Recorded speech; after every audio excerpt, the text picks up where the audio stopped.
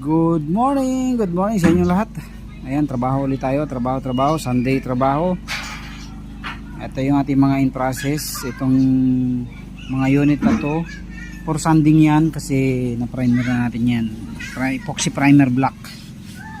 Sasandingin ng manipis, mga 120, tapos pagka-sanding ay ating pipinturahan na ng high temp yan.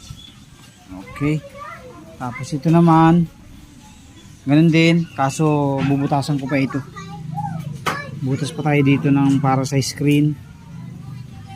Ayan, bali 3 unit ang bubutasan natin. Ay mali pala, ito ng isang ito, hindi ito dito. Ito,